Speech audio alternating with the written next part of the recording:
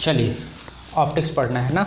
हाँ बताइए ऑप्टिक्स में क्या है, रिफ्रैक्शन शायद पढ़ना आप लोग को, रिफ्रैक्शन टॉपिक ना, ध्यान देना ज़रा।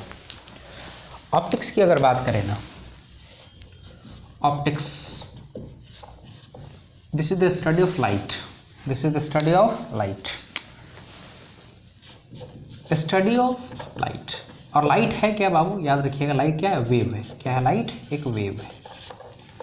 याद कीजिए वेव मैं पढ़ाया हूँ आप लोग को, वेव की कुछ कैरेक्टरिस्टिक्स होते हैं, उन सारे कैरेक्टरिस्टिक्स को आपको याद रखना है। मैं एक बार रिकॉल करा देता हूँ, याद करो। वेव ट्रैवल कर रहा है, वेव ट्रैवल कर रहा है, इसका मतलब क्या, पार्टिकल ट्रैवल नहीं करता है। क्या ट्रैवल करता है बाबू, एनर्जी ट्रैवल करता है। क्या ट्रैवल करता है, एनर्जी ट्रैवल करता है। पार्टिकल वहीं पे रहता है, पार्टिकल का मूवमेंट होता है, लेकिन पार्टिकल आगे की ओर ट्रैवल नहीं करता है ना, ठीक है। तो अगर वेव का स्पीड बोला है तो वेव में के साथ किसका स्पीड, एनर्जी का स्पीड ना, इस चीज़ को याद रखना था। वेव की कुछ कैरेक्टरिस्टिक्स थे, आपको याद होगा। पहला कैरेक्टरिस्टिक्स जो हम लोग बोलते हैं, याद करो, हम लोग वेवलेंथ बोलते हैं, बहुत बार यूज करते हैं वेवलेंथ। वेवलेंथ को हम लोग किससे रिप्रेजेंट करते हैं, लैम्डा। बेसिकली ये लेंथ है, इसलिए इसका यूनिट किस में रिकॉर्ड होगा बाप, मीटर में, कोई शक। चलिए उसके बाद हम लोग पढ़े हैं, यूज करते हैं हम लोग वेव की एक कैरेक्टरिस्टिक्स है जिसको हम लोग बोलते हैं फ्रीक्वेंसी। क्या बोलते हैं हम लोग, फ्रीक्वेंसी। फ्रीक्वेंसी को किसी किसी किताब में न्यू से रिप्रेजेंट करेगा और कहीं कहीं एफ से रिप्रेजेंट करेगा, तो इसमें कन्फ्यूज मत होना ना, कभी कभी न्यू से और कहीं कहीं एफ से। याद करना फ्रीक्वेंसी रेसिप्रोकल होता है टाइम पीरियड का ना, तो इसको किस में रिकॉर्ड करेंगे बाबू हम लोग, सेकेंड इनवर्स में। इसी को हम लोग हर्ट्ज बोलते हैं। क्या बोलते हैं इसको हम लोग, हर्ट्ज बोलते हैं। फ्रीक्वेंसी का यूनिट क्या होगा, सेकेंड इनवर्स। सेकेंड इनवर्स को ही हम लोग क्या बोलते हैं, हर्ट्ज। Very good. उसके बाद याद कीजिए एक और भी वेव है, कैरेक्टरिस्टिक्स है वेव का, उसको हम लोग क्या बोलते हैं, याद कीजिए। टाइम पीरियड भी तो बोल ही सकते हो ना, टाइम पीरियड। टाइम पीरियड क्या है भाई, तो याद कीजिए टाइम पीरियड को हम लोग किससे रिप्रेजेंट करेंगे, टी से रिप्रेजेंट करेंगे। किससे रिप्रेजेंट करेंगे, टी से रिप्रेजेंट करेंगे। और ये क्या है, टाइम पीरियड बेसिकली टाइम ही है, तो इसको सेकेंड में रिकॉर्ड करेंगे। इसमें रिकॉर्ड करेंगे, सेकेंड में रिकॉर्ड करेंगे। चलिए अच्छा है, वेरी गुड। उसके बाद एक और कैरेक्टरिस्टिक्स है जिसको हम लोग क्या बोलते हैं, एनर्जी। क्या बोलते हैं, एनर्जी। याद रखिएगा क्या है, एनर्जी। ये भी इसकी कैरेक्टरिस्टिक्स है। क्या है, इसका भी कैरेक्टरिस्टिक्स है, याद रखना। इसको हम लोग ई से रिप्रेजेंट करेंगे तो करेंगे। अच्छा, वेव की और एक कैरेक्टरिस्टिक जिसको हम लोग बोलते हैं वेव नंबर। क्या बोलते हैं हम लोग, वेव नंबर। याद है ना वेव नंबर। वेव नंबर क्या है, number of waves present in unit distance. इसको हम लोग के से रिप्रेजेंट करेंगे। किस से रिप्रेजेंट करेंगे, के से। और ये रेसिप्रोकल ऑफ वेवलेंथ होता है, मतलब के मतलब इसका, तो इसको रिकॉर्ड किस में करोगे, तो याद रखना वेव नंबर को हम लोग किस में रिकॉर्ड करते हैं बाबू, वेव नंबर को, तो याद है मीटर इनवर्स। किसमें, मीटर इनवर्स ना।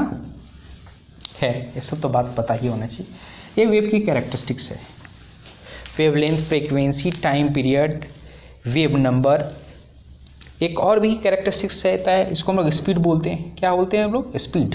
क्या बोलेंगे, स्पीड। तो स्पीड ऑफ वेव, वेव का स्पीड क्या होता है, हम लोग इसको v से रिप्रेजेंट करेंगे, इसमें कोई शक है नहीं। और इसमें क्या बताऊं, वेव का स्पीड क्या, मीटर पर सेकेंड में ही रिकॉर्ड करोगे ना। अब यहाँ पे पूछोगे सर एनर्जी का क्यों नहीं बताए, अरे ऑब्वियस है, सबने एनर्जी को जूल में ही रिकॉर्ड करते हैं ना। स्पीड ऑफ वेव क्या रहा, मीटर पर सेकेंड में ही रहेगा। खैर ये सब चीज़ें वेव की कैरेक्टरिस्टिक्स है, मतलब वेवलेंथ दिया रहेगा, फ्रीक्वेंसी दिया रह सकता है, टाइम पीरियड दिया सकता है, एनर्जी दिया जा सकता है, वेव नंबर दिया जा सकता है, स्पीड ऑफ वेव, ये सब चीज़ दिया हुआ रहेगा। चलिए अच्छा, कुछ हम लोग इससे रिलेटेड, वेव से रिलेटेड कुछ रिजल्ट, जो कुछ फार्मूला, कुछ रिलेशन है, उसके बारे में बात कर लेते हैं। ये यूज़फुल है भी और ज़रूरत भी है। तो याद कीजिए, इसमें कोई शक तो है नहीं कि वेवलेंथ क्या बोलते हैं। वेवलेंथ क्या है, distance between two consecutive particles, distance between two consecutive particles which are vibrating in same phase, यही ना वेवलेंथ होता है जी। Distance between two consecutive particles which are vibrating in same phase, ये भी क्या है, वेवलेंथ ही है। यहाँ से यहाँ क्या है, वेवलेंथ। कोई शक नहीं होना चाहिए। चलिए अच्छा, कुछ रिलेशन पे बात करते हैं। देखिए फर्स्ट रिलेशन जो है आप पढ़े, याद कीजिए, speed of wave, speed of wave, speed of wave, याद है ना। अगर आप भूल भी गए कभी तो याद रखते हैं, लेमडा क्या है, डिस्टेंस है ना जी, lambda equals to v, speed into time, याद होगा ना। तो यहाँ से स्पीड ऑफ वेव निकाल सकते हैं, v equals to what, lambda upon T. और याद करो लेमडा अपॉन टी, याद है ना, फ्रीक्वेंसी क्या होता है 1 अपॉन टाइम पीरियड, पढ़ाया है ना। तो क्या v इक्वल टू हम लोग 1 अपॉन टी को अगर f लिखे तो v equal to what F lambda, v equal to क्या हो गया एफ लेमडा। अब इस रिजल्ट का जिक्र करना क्यों ज़रूरत है, देखिए ध्यान से, हम लोग ऑप्टिक्स पढ़ रहे हैं, लाइट की स्टडी करना है, लाइट वेव है, तो अगर लाइट वेव है तो उसकी अगर कहीं पे कुछ चीज़ छूटेगा उससे रिलेटेड बात करना होगा तो करेंगे ना। देखो जैसे एक चीज़ इस रिजल्ट की कुछ चर्चा कर देता हूँ। अगर वेलोसिटी की अगर बात करोगे, स्पीड ऑफ वेव, वो क्या रहा frequency into wavelength, frequency into wavelength, इसमें कोई शक नहीं। वेरी गुड, अच्छा जी। याद रखिएगा वेलोसिटी क्या है, velocity of light in medium, ये क्या है velocity of light in medium, या velocity wave, velocity of wave in medium, wave in medium, किसी भी मीडियम में हो सकता है। एफ क्या है फ्रीक्वेंसी, एफ क्या है फ्रीक्वेंसी, एफ क्या है बाबू फ्रीक्वेंसी, फ्रीक्वेंसी ऑफ वेव। और ए क्या होता है याद रखना, it depends on source, it depends on source, किससे आया है, कहाँ से लाइट आया है उस पर डिपेंड करता है, डिपेंड्स ऑन सोर्स। मतलब ये मीडियम में डिपेंड नहीं करेगा, एक वेव अगर एक मीडियम से दूसरे मीडियम में जाए, दूसरे से तीसरे मीडियम में जाए, कहीं पे भी जाए तो फ्रीक्वेंसी चेंज नहीं करता है, फ्रीक्वेंसी चेंज नहीं करता है। लेकिन अगर वेवलेंथ की अगर बात करें तो वेवलेंथ, अगर वेवलेंथ की बात करें तो वेवलेंथ क्या है याद रखिएगा, wavelength depends on frequency as well as medium, sorry wavelength depends on medium as well as source, as well as source. मतलब अगर एक वेव ट्रेवल कर रहा है एक मीडियम से दूसरे मीडियम में, दूसरे मीडियम से तीसरे मीडियम में, तो इसका वेवलेंथ चेंज करेगा। अब आप सोच करके देखो, वेवलेंथ चेंज कर रहा है लेकिन फ्रीक्वेंसी कांस्टेंट रह रहा है, वेवलेंथ चेंज कर रहा है लेकिन फ्रीक्वेंसी कांस्टेंट रह रहा है, इसका मतलब स्पीड भी चेंज करता होगा। तो अगर एक वेव किसी एक मीडियम से दूसरे मीडियम में जाता होगा, एक वेव अगर एक मीडियम से दूसरे मीडियम में जाता होगा तो वेलोसिटी तो चेंज करता होगा, फ्रीक्वेंसी चेंज नहीं करेगा, फ्रीक्वेंसी चेंज नहीं करेगा, वेवलेंथ चेंज करेगा, वेवलेंथ भी चेंज करेगा। तो याद रखना अगर एक लाइट रे, अगर लाइट की ही बात कर रहे तो लाइट रे अगर एक मीडियम से दूसरे मीडियम में जा रहा है तो उसका स्पीड भी चेंज होगा, उसका वेवलेंथ भी चेंज होगा, लेकिन फ्रीक्वेंसी चेंज नहीं होगा, फ्रीक्वेंसी चेंज नहीं होगा। तो याद रखिएगा कभी अगर रिफ्रैक्शन हो चाहे रिफ्लेक्शन, रिफ्रैक्शन तो आप लोगों के सिलेबस में है ही, रिफ्रैक्शन हो चाहे रिफ्लेक्शन हो तो फ्रीक्वेंसी चेंज नहीं करने जा रहा है, लाइट का फ्रीक्वेंसी चेंज नहीं करा जाएगा। तो एक क्वेश्चन बनेगा यहाँ से कि अगर एक लाइट है दूसरे एक मीडियम से दूसरे मीडियम में जा रहा है तो क्या क्या चेंज करेगा, तो फ्रीक्वेंसी चेंज नहीं करेगा लेकिन वेलोसिटी चेंज करेगा, वेवलेंथ चेंज करेगा, इसमें कोई शक नहीं होना चाहिए। ठीक है, अच्छा जी। एक और रिलेशन है, इसको याद रखिएगा आप लोग, वो होता है wave number, wave number, number of waves present in unit distance, wave number. इसको केवल सिंपली जान लीजिए, इसको के से रिप्रेजेंट करा जाता है, क्या होता है 2 pi upon lambda, K equals to what 2 pi by lambda. अगर सोचो एक मीडियम से दूसरे मीडियम में लाइट जा रहा है या कोई वेव जा रहा है, तो अगर उसका वेवलेंथ चेंज करेगा तो क्या वेव नंबर चेंज नहीं करेगा, 2 पाई तो कांस्टेंट है ना, 2 पाई तो कांस्टेंट है ना, तो अगर वेवलेंथ चेंज कर रहा हो तो के भी चेंज करेगा। चलिए इसमें कोई शक नहीं होना चाहिए। अच्छा जी, वेरी गुड। अच्छा, अब आप एक चीज़ याद रखिएगा यहाँ पे, समझने का चीज़ है, एनर्जी की अगर बात करें, energy of wave, energy of wave, तो ये होता है E इक्वल्स टू क्या होता है H nu, equals to what H nu, या एच एफ, न्यू नहीं लिख रहे हैं एच एफ लिख रहा हूँ, फ्रीक्वेंसी को एफ से रिप्रेजेंट कर रहा हूँ, तो इक्वल्स टू क्या एच एफ। याद रखिएगा energy of wave that will be given by H times F, frequency times Planck's constant. Here H is what, here H is what Planck's constant, H क्या है जी Planck's constant. याद रखिएगा ये constant, इससे आपका unit dimension, इसका unit पूछ देता है, कभी डायमेंशन पूछ करके निकल जाएगा, उसको याद रखिएगा। आप सोचिए इसका वैल्यू होता है, याद रखना है 6.6 इंटू 10⁻34। अब यूनिट मुझे भी नहीं पता है, मान लेता हूँ मैं भूल गया इसका यूनिट, तो आप यूनिट इसका आराम से निकाल सकते हैं ना जी।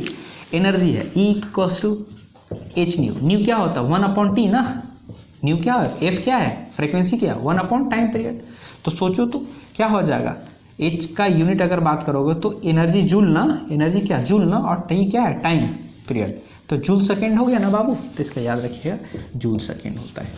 यूनिट क्या होता है प्लांक्स कांस्टेंट का, जूल कांस्टेंट। अगर डायमेंशनल फार्मूला पूछे तो डायमेंशनल फार्मूला ऑफ एच, याद है ना डायमेंशनल फार्मूला ऑफ एच, हालांकि मैं बोला हूँ फिर भी रिपीट कर दे रहा हूँ, डायमेंशनल फार्मूला ऑफ एच बताइए, तो याद कीजिए बाबू जूल। आपको ऐसे भी वर्क, एनर्जी, फोर्स ये सब का डायमेंशनल फार्मूला याद होना चाहिए। एनर्जी का क्या होता है बाबू, ml2t-2, और ये क्या है टी, तो क्या हो गया बाबू सेकेंड का टी ना टाइम का।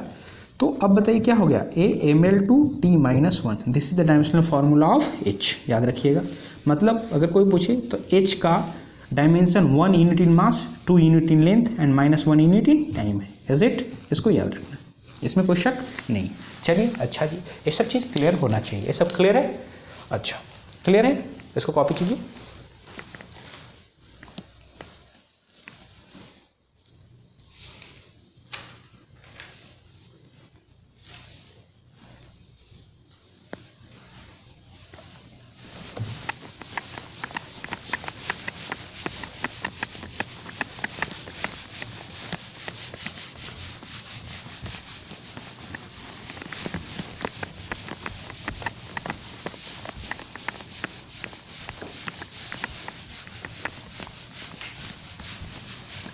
चलिए बेटा वेरी गुड। अब बताइए आप लोग इलेक्ट्रोमैग्नेटिक वेव्स पढ़ा हुआ है ना, इलेक्ट्रोमैग्नेटिक वेव्स पढ़ा हुआ है ना, याद है ना, इलेक्ट्रिक फील्ड और मैग्नेटिक फील्ड वाइब्रेट करता था एक दूसरे के परपेंडिकुलर, और जिस क्या होता था परपेंडिकुलर चलता भी था, याद होगा ना, इलेक्ट्रोमैग्नेटिक वेव्स याद है ना, इसमें कोई शक नहीं है। इलेक्ट्रिक फील्ड वाइब्रेट करता था, मैग्नेटिक फील्ड वाइब्रेट करता था और आगे की ओर ट्रेवल करता था, ऐसे भी याद है ना, वेरी गुड। तो याद होगा आप लोग को इलेक्ट्रोमैग्नेटिक वेव्स, याद होगा इलेक्ट्रोमैग्नेटिक वेव्स पढ़ाया हुआ है, याद होगा। अगर इलेक्ट्रिक फील्ड इधर होता था, मैग्नेटिक फील्ड, ये दोनों क्या है म्यूचुअली परपेंडिकुलर, तो किधर इलेक्ट्रोमैग्नेटिक वेव ट्रेवल करता था बाबू, इधर, समझ सकते हो। अगर ये मान लेते हैं ऐसे एक्स एक्सिस रहा होगा, ये वाई एक्सिस रहा होगा, ये जेड एक्सिस रहा होगा, तो एक्स एक्सिस के अलॉन्ग क्या, अगर इलेक्ट्रिक फील्ड वाइब्रेट करता था तो वाई जेड एक्सिस के अलॉन्ग मैग्नेटिक फील्ड, और ये दोनों परपेंडिकुलर वेव मतलब वाई एक्सिस के अलॉन्ग ट्रेवल करते थे, इसका स्पीड इधर होता था, है चलेंगे इसमें। याद होगा इलेक्ट्रोमैग्नेटिक वेव का स्पीड क्या होता था, speed of electromagnetic wave, speed of electromagnetic wave वो क्या होता है इन वैक्यूम, कहाँ पे बाबू, in vacuum, speed of electromagnetic in vacuum वो कांस्टेंट होता है, वो किसके बराबर होता है 3 × 10⁸ मीटर पर सेकेंड, और ये क्या है कांस्टेंट क्वांटिटी, क्या है कांस्टेंट, वैक्यूम के लिए ना, वैक्यूम में ये कांस्टेंट होता है। याद करो इसमें मैं बोला था आप लोग को एक इलेक्ट्रोमैग्नेटिक स्पेक्ट्रम पढ़ाया था, याद होगा इलेक्ट्रोमैग्नेटिक स्पेक्ट्रम, क्या पढ़ाया था बाबू, इलेक्ट्रोमैग्नेटिक स्पेक्ट्रम। अच्छा जी याद है ना स्पेक्ट्रम, याद करो कहाँ से शुरू होता था, याद करो जरा, याद होगा पहले गामा रे होता था, उसके बाद एक्स रे होता था, उसके बाद अल्ट्रा वायोलेट होता था, उसके बाद विजिबल होता था, उसके बाद इंफ्रारेड होता था, उसके बाद माइक्रोवेव होता था, उसके बाद क्या होता था रेडियो वेव होता था, यही ना था। इधर से अगर आप चलिए याद कीजिए, इधर से इधर जा रहे थे तो वेवलेंथ क्या होता था, याद कीजिए वेवलेंथ होता था वो बढ़ता था, वेवलेंथ क्या होता था बाबू बढ़ता था। मतलब सबसे ज़्यादा वेवलेंथ किसका, सबसे ज़्यादा वेवलेंथ किसका, सबसे ज़्यादा वेवलेंथ रेडियो वेव का, सबसे कम वेवलेंथ किसका गामा का, गामा का सबसे कम वेवलेंथ और रेडियो वेव का सबसे ज़्यादा वेवलेंथ। फ्रीक्वेंसी याद करो उल्टा होता, फ्रीक्वेंसी डिक्रीज करता था, मतलब सबसे ज़्यादा फ्रीक्वेंसी गामा रे का और सबसे कम फ्रीक्वेंसी किसका रेडियो वेव का, याद होगा। और अभी जस्ट हम लोग पढ़े हैं एनर्जी किसके बराबर, E = what HF, H constant है तो एनर्जी किस पे डिपेंड करा बाबू, फ्रीक्वेंसी पे डिपेंड करा, E = HF तो F किस पे डिपेंड करा फ्रीक्वेंसी पे। तो याद करो सबसे ज़्यादा एनर्जी किसका, सबसे ज़्यादा एनर्जी गामा का और सबसे कम एनर्जी किसका रेडियो वेव का। मतलब एनर्जी भी क्या हो रहा होगा, एनर्जी भी क्या हो रहा होगा बाबू घट रहा होगा, क्या हो रहा होगा घट रहा होगा। अब तक यही स्पेक्ट्रम हम लोग को नोन है, और भी होता होगा, चर्चा का विषय है अभी, वो उसमें जाना नहीं है। याद होगा सबको सेंसेट करने का, जैसे हम लोग जैसे विजिबल रीजन, विजिबल रीजन हम लोग आसानी से देख लेते हैं ह्यूमन भी। अच्छा कुछ विजुअलाइज कर लेता है। इंफ्रारेड सांप जैसे स्नेक्स वगैरह की बात करो तो इंफ्रारेड वो सेंसेट कर लेता है, उसके पास मतलब पता चल जाता है उसको। खैर चलेंगे, माइक्रोवेव का बात करोगे तो माइक्रोवेव तो देखिए माइक्रोवेव ओवन का कंसेप्ट होगा, इसी पे बेस्ड है, माइक्रोवेव पे ही। रेडियो वगैरह सुनते हो, माइक्रोवेव ओवन का तो कैरेक्टरिस्टिक्स जानते ही हो ना। माइक्रोवेव ओवन में हम लोग कुछ भी चीज़ गर्म करते हैं तो क्या होता है, थोड़ा बहुत उसमें लिक्विड होता ही है, और वाटर थोड़ा बहुत रहा तो उसके अंदर ही वाटर के डाइपोलमेंट को इधर उधर घुमाता है इलेक्ट्रिक फील्ड और मैग्नेटिक फील्ड में, तो गर्म होता है। याद करो गुलाब जामुन जो गर्म होता है वो अंदर से गर्म होता है, बाहर से गर्म नहीं होता है ना। तो ये सब चीज़ याद रखना। खैर ये सब चीज़ ज़्यादा डिटेल में जाने की ज़रूरत नहीं है ना। तो माइक्रोवेव में यूज़ करने के लिए स्पेशल टाइप का जो है वेसल्स भी यूज़ करना पड़ता है। चलेंगे। अच्छा, ये हमारे रेंज में है। विजिबल जो है हम लोग का है वही हम लोग को पढ़ना है। ये कौन सा रीजन है, विजिबल। कौन सा बाबू, विजिबल। अगर विजिबल रीजन की बात करते हैं, कौन सा रीजन, विजिबल, जो हम लोग देख पाते हैं उसका रेंज ही है कि कहाँ से 3800 एंगस्ट्रोम से लेकर के 700 मतलब 7000 हो गया ना, 3800 एंगस्ट्रोम से लेकर के कहाँ तक, 7000 एंगस्ट्रोम तक। याद रखिएगा। विजिबल में क्या क्या आता है, याद करो, रेनबो को याद करो, हम लोग बचपन में पढ़ते थे, बहुत आनंद से याद करते थे। 7 कलर का बना हुआ है, तो कौन सा वो 7 कलर होता था, याद है ना, विबग्योर, याद रखते थे, VIBGYOR, याद होगा ना, क्या था, विबग्योर। चलिए जी, अच्छा है। अब बताओ ये भी क्या है, याद करो, भी वायोलेट ना, ये क्या होता था, किसके लिए आता था, वायोलेट के लिए। किसके लिए आता था, वायोलेट के लिए। अच्छा, और रेड किसके लिए आता था, रेड किसके लिए आता था, आर किसके लिए आता था, रेड के लिए आता था। बीच में Indigo, blue, green, yellow, orange, red आता था। अच्छा, सबसे ज़्यादा वेवलेंथ यहाँ पे किसका है, तो याद रखिए यहाँ पे भी ऐसे चलेगा। जैसे देखो यहाँ पे इधर जा रहा है ना, तो हम लोग ये वेवलेंथ क्या हो रहा है, इधर जा रहा है तो वेवलेंथ बढ़ रहा है, वेवलेंथ क्या हो रहा है, बढ़ रहा है। देख रहे हैं, सबसे कम किसका, वायोलेट का, सबसे कम वायोलेट का कितना, 3800 एंगस्ट्रॉम, वायोलेट का कितना, 3800 एंगस्ट्रॉम। और रेड का सबसे ज़्यादा वेवलेंथ कितना, 7000 एंगस्ट्रोम। तो ऑब्वियस है वेवलेंथ सबसे ज़्यादा किसका, रेड का, सबसे कम वायलेट का।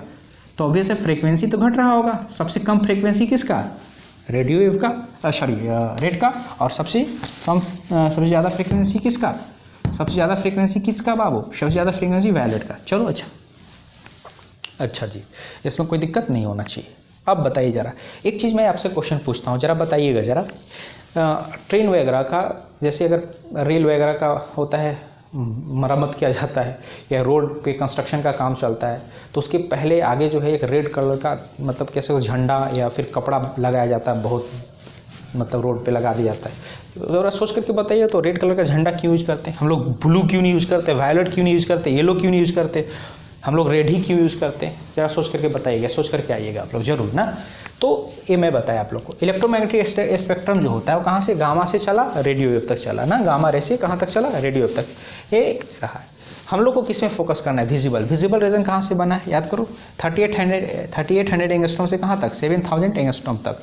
सबसे याद करो, ये विबग्योर याद ही होगा, violet, indigo, blue, green, yellow, orange, red. सबसे ज़्यादा वेवलेंथ किसका, रेड का। और सबसे कम वेवलेंथ किसका, वायलेट का। सबसे कम वेवलेंथ किसका, वायलेट का। ये सब चीज़ आपको याद रखना है, इसमें कोई शक नहीं होना चाहिए। चलिए कॉपी कीजिए अच्छे से। चलिए कॉपी हो गया, वेरी गुड।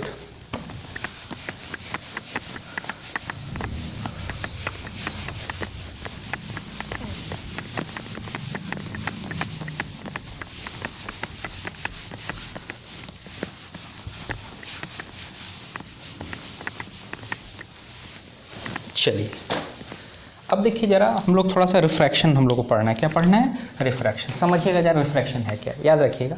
मीडियम तो आप लोग जानते ही होंगे, बहुत तरह के मीडियम होता है, लेकिन मैं उसमें नहीं जाना हूँ कि ट्रांसपेरेंट, ट्रांसलूसेंट, ओपेक, वो सब नहीं, याद रखना।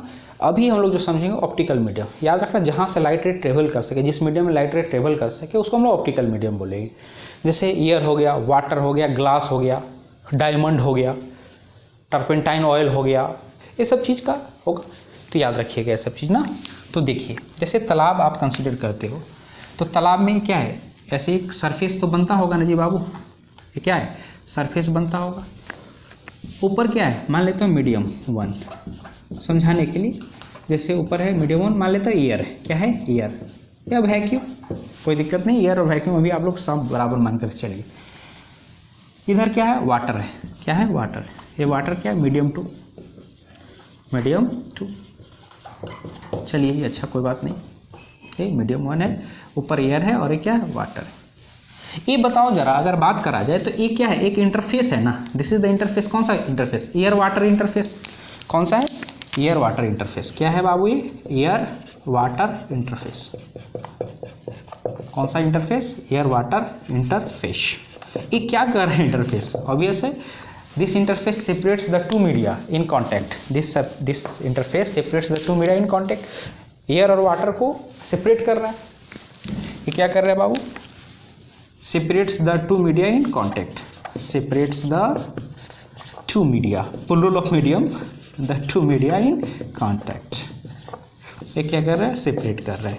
चलिए अच्छा, आप लोग को पता है एक लाइट रे जो ट्रेवल करता है, वो अभी जो हम लोग पढ़े भी होंगे आप लोग 9th क्लास में 10th क्लास में, लाइट स्ट्रेट लाइन में ट्रेवल करता है, स्ट्रेट पाथ में ट्रेवल करता है, ठीक है ना, वो अलग चीज़ है, बाद की चीज़ जो बात होगा, लेकिन अभी हम लोग यही मानकर चलते हैं लाइट कैसे ट्रेवल करता है, स्ट्रेट पाथ में ट्रेवल करता है। अच्छा, अब बताइए, आप लोग को मैं पढ़ाया हूँ, याद करो, अभी जस्ट पढ़ाया गया था आप लोग को, याद है ना आपको, V = क्या पढ़ाया गया था, एफ लिम्डा, याद है, V = एफ लिम्डा। अब बताइए जरा, V जो है, अगर स्पीड ऑफ लाइट की अगर बात करें एयर में या वैक्यूम में, क्योंकि ये इलेक्ट्रोमैग्नेटिक वेव है, तो अब हम लोग V को किससे रिप्रेजेंट करेंगे, C से रिप्रेजेंट करेंगे। C किसके बराबर रहा, F इंटू लेमडा, C क्या है, speed of light in vacuum, और ये किसके बराबर होता है, 3 × 10⁸ मीटर पर सेकेंड से, याद हो। अच्छा, अब सोचो ये एयर है, क्या है, एयर है या वैक्यूम है, ये क्या है, वाटर है। लाइट रे आया, लाइट रे ऐसे आ रहा है, लाइट रे आया ऐसे आया, इंटरफेस के एक पॉइंट पे आकर के टकराया, इसको जाना तो इधर ही चाहिए था ना जी, इसका पाथ तो यही होना चाहिए था, लेकिन ये उधर नहीं जाएगा, इसी पाथ के अलॉन्ग नहीं जाएगा, ये इंटरफेस पे ही ये थोड़ा बेंड कर जाएगा, क्या करा वो, बेंड कर जाएगा और ये चला गया। इसके बाद फिर अपना स्ट्रेट लाइन ही पाथ रहेगा, इस जब तक मीडियम चेंज ना हो तब तक ये पाथ स्ट्रेट लाइन ही होगा। यहाँ से यहाँ स्ट्रेट लाइन ही रहा, क्योंकि यहाँ से यहाँ तक मीडियम को चेंज नहीं करा है, लेकिन इंटरफेस पे मीडियम चेंज कर रहा है, ये एयर से वाटर आ रहा है, तो यहाँ इस इंटरफेस पे ही ये बेंड कर जाएगा, इसका याद रखना। अगर बेंड करा तो इस याद रखना, इसका मतलब स्पीड जरूर चेंज करा होगा, लाइट रे का स्पीड जरूर चेंज करा होगा। ये क्या था बाबू, वैक्यूम, एयर है ना, ये क्या है, एयर है, एयर या वैक्यूम बोलो, एक ही चीज़ है, कन्फ्यूज मत होना। सी, हम लोग यहाँ पे क्या स्पीड ऑफ लाइट ले रहे हैं, 3 × 10⁸ metre per second, 3 × 10⁸ metre per second. और याद करो, तुम लोग को मैं पढ़ाया था इलेक्ट्रोमैग्नेटिज्म में, आप बताइए इलेक्ट्रोमैग्नेटिक वेव्स जब पढ़ा रहा था तो किसके बराबर आया था, याद कीजिए, 1/√μ0 × ε0, 1/μ0 क्या आया था, ε0। अब बताइए जरा, ये यहाँ पे μ0 क्या होता था, याद करो, बताइए μ0 क्या था, परमिएबिलिटी, एब्सोल्यूट परमिएबिलिटी, या फिर बोल सकते permeability of free space, permeability of free space या एब्सोल्यूट परमिएबिलिटी भी बोलते हैं, मीडियम का कैरेक्टरिस्टिक्स होता है। ये क्या है, एप्सिलॉन क्या होता है, परमिटिविटी ऑफ फ्री स्पेस। ये मैग्नेटिक फील्ड में पढ़े थे μ0, और ये एप्सिलॉन किस में पढ़े हम लोग, इलेक्ट्रिक फील्ड वगैरह में पढ़ते हैं, कूलम्ब्स लॉ के वक्त इसका इंट्रोडक्शन कराया था ना, याद है ना। चलिए अच्छा, यह क्या हो, परमिटिविटी ऑफ फ्री स्पेस, यही होता है। इससे ज़्यादा स्पीड तो एग्जिस्ट करा ही नहीं आज तक, इससे ज़्यादा स्पीड नेचर में अब तक एग्जिस्ट नहीं करता, ये सबसे ज़्यादा स्पीड है, speed of electromagnetic wave in vacuum, या स्पीड ऑफ लाइट भी तो इलेक्ट्रोमैग्नेटिक वेव का पार्ट है। कितना है, 3 × 10⁸ मीटर पर सेकेंड। तो जरूर अगर इस मीडियम में आया है तो इसका स्पीड चेंज करा होगा। तो अगर लाइट रे यहाँ से आया और ये सीधे न जा करके थोड़ा सा इंटरफेस पे बेंड करा, ये जो फिनोमेना कहलाता है ना, इसी को हम लोग बोलते हैं रिफ्रैक्शन। क्या बोलते हैं हम लोग, रिफ्रैक्शन क्या होगा बाबू, refraction is the phenomena of bending of path of light ray when it travels from one medium to another medium at the interface separating the two media in contact, eight the interface separating the two media in contact. कहाँ पे bending हो रहा है? Interface पे। तो याद रहेगा, लिखना चाहो तो आप लोग डेफिनेशन लिख लोगे। क्या लिखोगे definition? Refraction is the phenomenon of bending of path of light ray when it travels from one medium to another medium at the interface separating the two media in contact. Is it clear to all of you or not? यही क्या है? Refraction. Clear है? चलिए अच्छा जी, अब यहाँ पे speed change करा, क्या हुआ? स्पीड चेंज करा, स्पीड चेंज करा है, क्या हुआ होगा? तो याद रखिएगा यहाँ पे भी जो स्पीड बोल रहे हैं, स्पीड इस मीडियम में, speed of light in this medium, speed of light in this medium, speed of light in this medium, ए तो ऊपर क्या है 1, ए म्यूनोट न रह करके मीडियम का जो कैरेक्टरिस्टिक्स रहा होगा वो क्या हो गया? म्यूनोट न हो करके क्या रहा होगा बाबू? ए म्यू आर इंटू म्यूनोट रहा होगा। एप्सिलॉन नोट न रह करके एप्सिलॉन आर इंटू क्या? एप्सिलॉन नोट रहा होगा। म्यू आर क्या है बाबू? तो याद रखिएगा, this is relative, this is what? Relative permeability. क्या है? Relative permeability. पढ़ाया हूँ मैग्नेटिक फील्ड के वक्त, मैग्नेटिज्म में। और ए एप्सिलॉन आर क्या है? Relative permittivity. याद है डाइलेक्ट्रिक कांस्टेंट वगैरह, रिलेटिव परमिटिविटी याद रखिएगा। और इसमें कोई शक नहीं होना चाहिए कि अगर म्यू आर एप्सिलॉन आर की बात करें तो पॉजिटिव क्वांटिटी होता है। अगर आगे बढ़े हम लोग फर्दर तो इसको ऐसे लिखा जा सकता है कि नहीं बाबू? ऐसे लिख सकते हैं हम लोग। क्या लिख सकते हैं बताइए? Mu nought into what? Epsilon nought into what? Mu R into what? Epsilon R. अच्छा जी, आप बताइए जरा, आप पढ़ा हुआ है ये बताइए। अभी जस्ट बताया हुआ इलेक्ट्रोमैग्नेटिज्म में भी बताया था, इलेक्ट्रोमैग्नेटिक वेव पढ़ाते वक्त। ये क्या होता है? स्पीड। ये क्या है? सी का वैल्यू होता है, सी स्पीड ऑफ लाइट ना, या स्पीड ऑफ इलेक्ट्रोमैग्नेटिक वेव। तो क्या होगा पूरा? सी अपॉन में क्या रहा? Mu R into what? Epsilon R. Mu R into epsilon R. याद रखिएगा, mu R into epsilon R that is always greater than, that is always greater than 0, sorry always greater than 1, always greater than 1 से हमेशा बड़ा। Vacuum के लिए ले सकते हो 1 के बराबर, वैक्यूम के लिए क्या ले सकते हो? 1 के बराबर ले सकते हैं, लेकिन हमेशा ये क्या है? Positive quantity. तो सोचिए, अगर ए सी अपॉन ए पॉजिटिव क्वांटिटी होगा तो ऑब्वियस है, इसका मतलब किसी भी मीडियम में एक लाइट रे अगर ट्रेवल करा तो उसका स्पीड चेंज करेगा। याद रखना, कितना टाइम चेंज करेगा जी? कितना टाइम चेंज करेगा जी? कितना टाइम चेंज करेगा जी? तो आपके पास पता है कितना टाइम चेंज करा? 1 upon under root mu R epsilon naught R times into C. अरे यही टाइम्स, इतना ही टाइम्स ने चेंज करा। बात समझ में आ रहा? तो ए जो होता है इसकी जो बात करते हैं ना, ए वाला, इसी को एक स्पेशल नेम देंगे हम लोग। क्या देंगे इसको? स्पेशल नेम देंगे। बताइए, ए जो है mu R under root mu R, mu R किसका है? म्यू आर क्या है? मीडियम की कैरेक्टरिस्टिक्स है, किसी मीडियम का कैरेक्टरिस्टिक्स है। एप्सिलॉन आर भी क्या है? किसी मीडियम की कैरेक्टरिस्टिक्स है। तो याद बोल रखिएगा, इसी को हम लोग बोलते हैं रिफ्रैक्टिव इंडेक्स। क्या बोलते हैं इसको हम लोग? Refractive index. क्या बोला जाता है बाबू? Refractive index. अब ये रिफ्रैक्टिव इंडेक्स किसके लिए डिफाइन किया गया? तो ऑप्टिकल मीडियम के लिए ना। तो याद रखिएगा, रिफ्रैक्टिव ये क्या है? Refractive index of optical medium, of optical medium, of optical medium. Is it? तो इसको याद रखना है। तो याद रखिएगा, रिफ्रैक्शन क्या होगा? पहला बात इससे क्या सीखे? रिफ्रैक्शन क्या है? तो रिफ्रैक्शन क्या है? ये पाथ का जो बेंडिंग हो रहा है वही ना रिफ्रैक्शन है जी। तो कैसे डिफाइन कीजिएगा रिफ्रैक्शन को? Refraction is the phenomenon of bending of path of light ray at the interface separating the two media in contact when it travels from one medium to another medium. Is it? Very good. Speed क्यों change करता है? तो speed क्यों change करता है? यहाँ speed 3 × 10⁸ metre पर second था बाबू, 3 × 10⁸ मीटर पर सेकंड था। लाइट आया, एंटर करा ना, एक मीडियम से दूसरे मीडियम में एंटर करा। मान लेते हैं एयर से वाटर, हम लोग एयर दिखाया है, क्या वाटर है, आया, दिख रहा है ना, क्यू घटा, क्यू स्पीड घटा। तो जब भी अगर स्पीड चेंज कर रहा है तो रिफ्रैक्शन होगा। तो याद रखना, what is the main cause of refraction? तो change in speed. What is the main cause of refraction? Change in speed. याद रहेगा। तो यहाँ से एक टर्म आया, हम लोग बोलेंगे रिफ्रैक्टिव इंडेक्स। रिफ्रैक्टिव इंडेक्स है क्या? तो इस चीज़ पे थोड़ा सा हम लोग चर्चा करेंगे। क्लियर है? देखिए बेटा दो बाबू, गुड।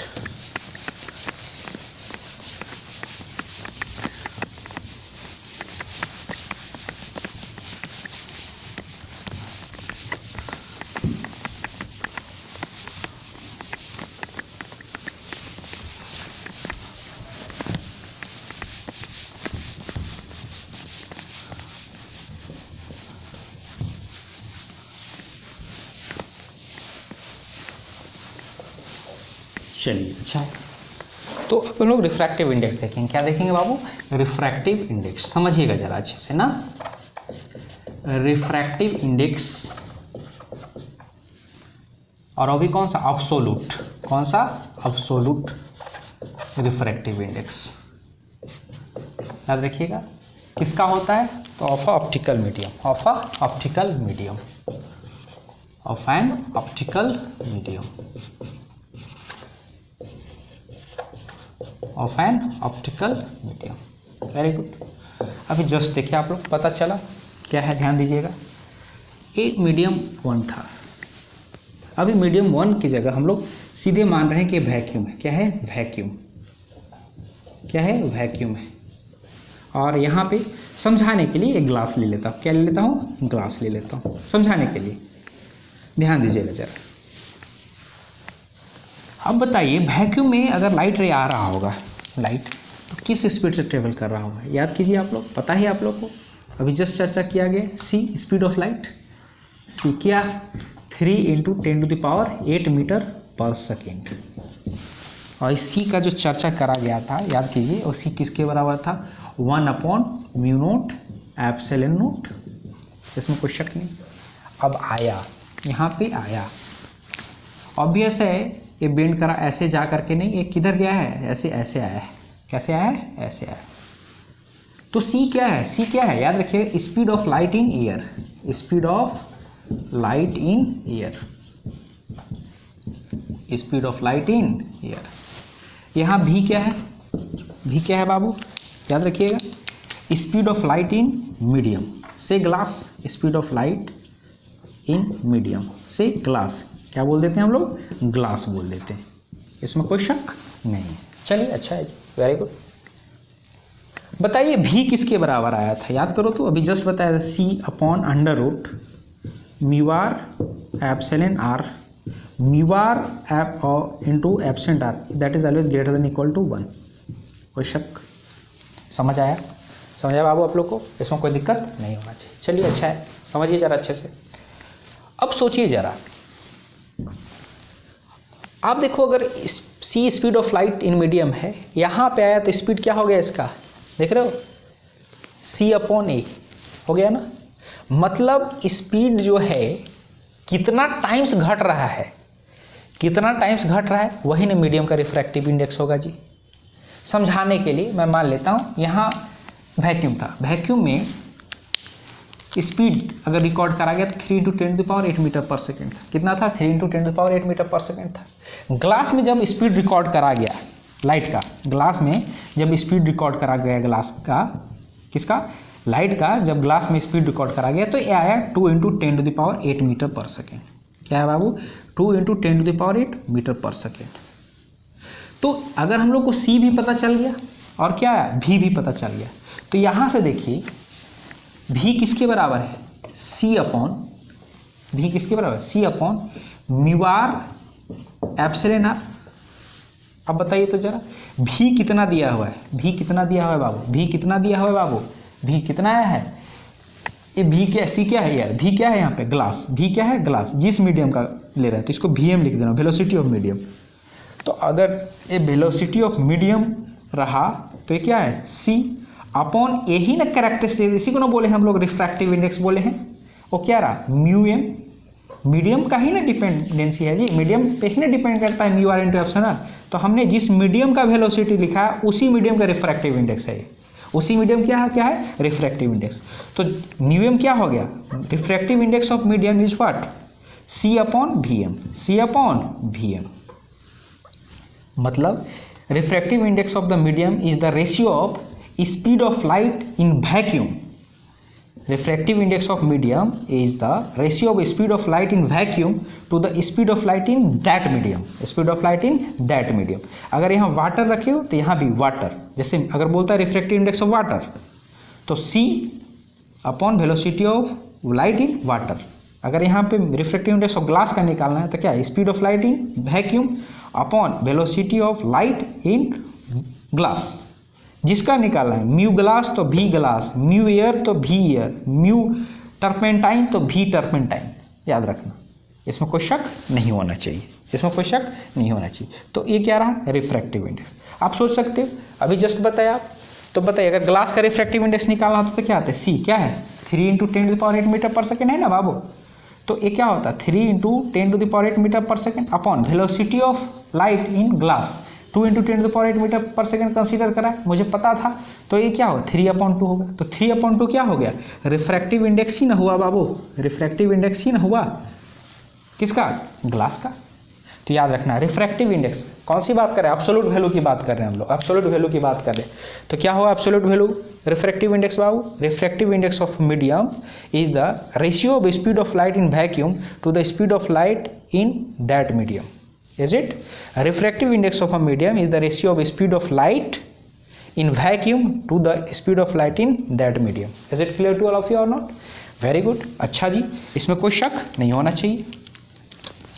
अब बताइए जरा यहाँ पे बताइए, C स्पीड ऑफ लाइट सबसे ज़्यादा है, Vm क्या है कम होगा। तो याद रखिए म्यू जो होता है एब्सोल्यूट वैल्यू ऑफ, मैं बार बार बोल रहा हूँ absolute value of refractive index is always greater than और equal to 1, always greater than equal to 1। Note करके समझ सकते हैं, यहाँ से कुछ नोट्स करके आप समझ सकते हैं क्या होगा, म्यू ऑफ अ मीडियम, या सिंपली अब म्यू ही लिखेंगे, mu is always greater than equal to 1। कोई शक, क्योंकि speed of light in vacuum जो होता है वो सबसे ज़्यादा है, किसी भी मीडियम में अगर जाएगा तो स्पीड ऑफ लाइट घटेगा ही ना। तो पहला बात तो समझ में आया, फर्स्ट पॉइंट याद रहेगा, क्या रहा बाबू, speed of light in a medium is always smaller than speed of light in vacuum. तो म्यू हमेशा क्या होगा 1 से बड़ा या बराबर, वैक्यूम के लिए 1 लेना है तो लेंगे, एयर के लिए कंसीडर करते हैं 1 तो लेंगे। अच्छा दूसरी बात याद रखिएगा, अब आप पूछोगे सबसे ज़्यादा म्यू किसका है, पहला बात तो समझ में आए, तो याद रखिएगा म्यू सबसे कम जो होता है वो एयर के लिए, एयर या वैक्यूम ले लो, म्यू सबसे कम किसके लिए है बाबू, म्यू मिनिमम किसके लिए है, एयर या वैक्यूम के लिए, वो म्यू का वैल्यू 1 होता है। मैक्सिमम म्यू किसके लिए है, तो म्यू डायमंड के लिए, याद रखिएगा म्यू किसका, डायमंड का, वो होता है 2.46। म्यू किसका होता है बाबू 2.46, सबसे ज़्यादा म्यू किसका है, डायमंड का। कोई दिक्कत नहीं होना चाहिए, वेरी गुड। चलिए अच्छा बात है, समझ आया। सेकेंड पॉइंट याद रखिएगा आप, ये रेशियो है ना, है स्पीड का और स्पीड का ही ना रेशियो है बाबू, स्पीड का और स्पीड का ही ना रेशियो है, तो ये यूनिटलेस भी होगा और डायमेंशनलेस क्वांटिटी भी होगा। तो refractive index is unitless and dimensionless quantity. Unitless भी है, मतलब यूनिट कुछ नहीं होगा, क्यों नहीं, क्योंकि मीटर पर सेकेंड कठिन आ जाएगा, तो यूनिटलेस भी है और क्या डायमेंशन लेस भी है, मतलब यूनिटलेस भी है और डायमेंशन लेस भी नहीं। अब बोलोगे इसमें तो चर्चा करने की जरूरत नहीं ना है, यूनिट भी नहीं है और डायमेंशन भी नहीं, कभी कभी डायमेंशन नहीं होता है फिर भी उसको यूनिट दे देते हैं हम लोग, जैसे प्लेन एंगल, सॉलिड एंगल, ये सब पढ़े हैं आप लोग, इसमें कोई शक नहीं होना चाहिए। अच्छा जी, ये सब चीज़ क्लियर होना चाहिए, अच्छा से पढ़ा हुआ है सब चीज़, इसमें कोई दिक्कत नहीं होना चाहिए, वेरी गुड। अच्छा जी चलिए, इसमें कोई शक नहीं है, इतना चीज़ आपको याद रखना है, ठीक है, क्लियर, याद रहा, क्लियर। अच्छा किस चीज़ पर डिपेंड करा, तो याद रखना किस चीज़ पर डिपेंड करेगा, तो ये सब भी बात कर देते हैं हम लोग, मैं कर दे रहा हूँ, ध्यान देना ज़रा। अच्छा जी बताइए ज़रा, चर्चा कर सकते हैं आप किस फैक्टर पर डिपेंड करेगा, बताइए ज़रा। तो देखो ये किस फैक्टर पर डिपेंड करेगा, तो याद रखना it also depends on temperature, it also मतलब कौन, रिफ्रैक्टिव इंडेक्स ना, डिपेंड्स ऑन टेम्परेचर, किस पर डिपेंड करेगा वो, टेम्परेचर पे डिपेंड करेगा। अच्छा वेरी गुड, ऑब्वियस है, ये बताने की जरूरत नहीं है, डिपेंड्स ऑन मीडियम, इसमें कोई शक है नहीं, इसको याद रखना ही आपको, कोई दिक्कत नहीं होना चाहिए, ठीक है। अच्छा जी ये सब याद रखना है। तो ये रिफ्रैक्टिव इंडेक्स का चर्चा कर रहा हूँ, किसका चर्चा कर रहा हूँ बाबू, हम लोग रिफ्रैक्टिव इंडेक्स का चर्चा कर रहे हैं। चलिए अच्छा है, अच्छा सिंपल सा फंडा। अच्छा एक चीज़ जो इम्पोर्टेंट है उसको भी याद रखिएगा, क्या रिफ्रैक्टिव इंडेक्स जो है वेवलेंथ पर डिपेंड करेगा क्या, तो एक चीज़ याद करना, और सबसे इम्पॉर्टेंट बात है, इसको याद रखिएगा, एक कॉचीज इक्वेशन है, कौन सा इक्वेशन, कॉचीज इक्वेशन साइंटिस्ट के नाम पे रखा गया है। ये बोलता है म्यू जो होता है रिफ्रैक्टिव इंडेक्स, वो that will be given by a plus B by lambda square plus C by lambda 4 plus dash dash dash ऐसे चलते चला जाता है। मतलब की बात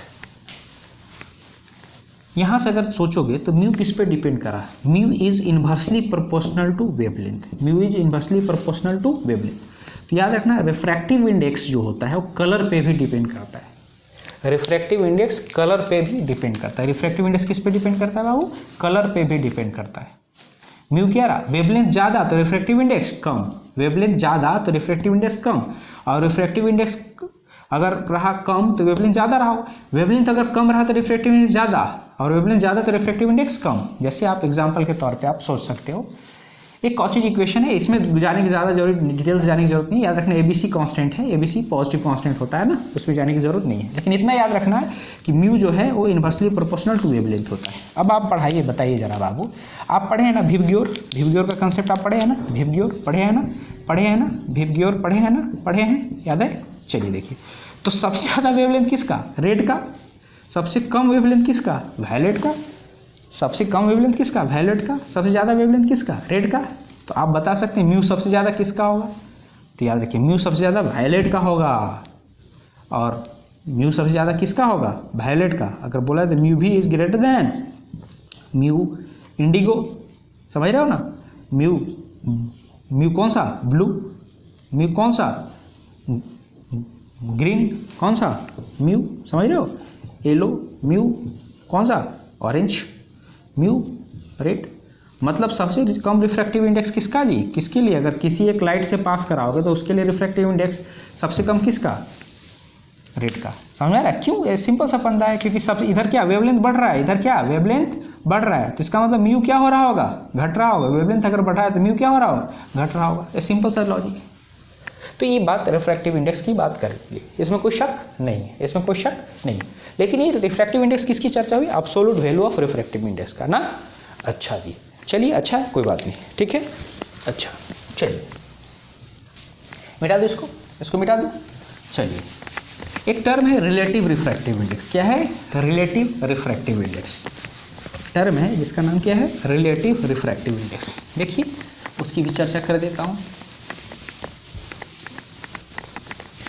रिफ्रैक्टिव इंडेक्स को कोई कोई किताब इन से भी रिप्रेजेंट करता है और म्यू से भी रिप्रेजेंट करा जाता है, तो उसमें कन्फ्यूज़न नहीं क्रिएट करना है ना, उसमें कन्फ्यूज नहीं होना है बाबू, कन्फ्यूज नहीं होना है। जैसे अगर बात करें रिलेटिव रिफ्रैक्टिव इंडेक्स, कौन सा बाबू, relative refractive index, relative refractive index. जैसे समझाने के लिए केवल, जैसे मान लेता हूँ यहाँ पे एक ऐसे मान लेता हूँ कि ये इंटरफेस है, क्या है, this is the interface separating the two media in contact, this is the interface separating the two media in contact. यहाँ पे मान लेता हूँ वाटर है, क्या है, वाटर है, और यहाँ पे क्या है, ग्लास है। अब बताइए रिफ्रैक्टिव इंडेक्स तो हर एक मीडियम का होगा ना, हर एक मीडियम का रिफ्रैक्टिव इंडेक्स होगा। तो वाटर का रिफ्रैक्टिव इंडेक्स याद कर लीजिएगा, डाटा याद रखना है। म्यू वाटर जो होता है वो होता है 4/3, क्या होता है बाबू, 4/3, और म्यू ग्लास जो होता है वो होता है 3/2। म्यू ग्लास क्या होता है बाबू, 3/2। इसमें कोई शक नहीं होना चाहिए। तो अगर हम लोग को लिखना चाहें अगर जैसे, तो ये एक सिंपल है रिलेटिव रिफ्रैक्टिव इंडेक्स, मतलब टर्म है यूज करा जाता है, जैसे ऐसे लिखे refractive index of glass with respect to water, ऐसे लिखा रहेगा, या कहीं कहीं ऐसे लिखा रहता है रिलेटिव क्या बोल रहे हैं, refractive index glass with respect to water, ऐसे लिख देता है यहाँ। तो इसमें ज़्यादा टेंशन लेने की ज़रूरत नहीं है। ये है क्या, इसमें टेंशन लेने की ज़रूरत नहीं है क्या, तो देखिए क्या है, रिफ्रैक्टिव इंडेक्स ऑफ ग्लास किसके रेस्पेक्ट में बाबू, with respect to water, with respect to water. तो ये क्या है, सिंपली रेशियो हो गया किसका, absolute value of refractive index of glass upon ये क्या रहा, absolute value of refractive index of what, water. बात समझ में, refractive index of glass with respect to water, refractive index of glass with respect to water, that is what, ratio of absolute value of refractive index of glass to the absolute value of refractive index of water. याद रहेगा, तो इसको याद रखना है। कहीं पे अगर इस तरह आएगा तो अगर आप निकालना चाहते हैं, अगर समझाने के लिए जैसे एग्जांपल के तौर पे, इसको तो याद ही रखना है, इसमें कोई दिक्कत नहीं है, और ये कुछ बड़ा चीज़ भी नहीं है, ये कोई बड़ा चीज़ है भी नहीं, इसको तो आपको याद रखना है, सिंपली याद रखिएगा। अब आप सोचोगे जैसे अगर निकाल के देखते, चलो निकाल करके देखते हैं क्या आता है, बताइए जरा। म्यू जी डब्ल्यू मतलब refractive index of glass with respect to water, तो क्या हो गया बाबू, mu G upon mu W, is it. Mu G क्या है बताइए जरा, 3/2 अपॉन क्या रहा 4/3। अच्छा जी, ये क्या आया 9/8, क्या आया 9/8, कोई दिक्कत नहीं। अच्छा, अगर refractive index of water with respect to glass निकालते तो क्या हो जाता है, तो refractive index absolute value of refractive index of water upon absolute value of refractive index of glass. अभी क्या होता है बताइए, ये 4/3 अपॉन 3/2, तो ये क्या हो जाता है 8/9। अब आप बोलते हैं कि सर आप तो बोले हुए थे कि रिफ्रैक्टिव इंडेक्स 1 से छोटा नहीं होता है, लेकिन 1 से छोटा आ रहा है, 1 से ये तो छोटा है ना, स्मॉलर देन 1 है ना। तो याद रखना मैं वहाँ पे बोला था absolute value of refractive index, वो absolute value of refractive index था, और absolute value of refractive index जो होता है वो 1 से हमेशा बड़ा होता है, 1 से हमेशा बड़ा होता है। एयर के लिए मान लेते हैं 1 है, वैक्यूम के लिए 1 होता है, लेकिन ये क्या है रिलेटिव रिफ्रैक्टिव इंडेक्स है। क्या है बाबू, ये रिलेटिव रिफ्रैक्टिव इंडेक्स है। तो रिलेटिव रिफ्रैक्टिव इंडेक्स 1 से बड़ा भी हो सकता है, 1 से छोटा भी हो सकता है, इसमें कोई चर्चा का विषय है नहीं, याद रहेगा। तो रिफ्रैक्टिव इंडेक्स का चर्चा खत्म ना। अब इससे रिलेटेड बहुत सारा चीज़ न्यूमेरिकल बनाया जाएगा, ठीक है। तो ये इंट्रो लेक्चर था, इसको अच्छे से पढ़ लीजिएगा, आप लोग अच्छे से समझिएगा, ठीक है। Can I stop right now, ठीक है, बाय।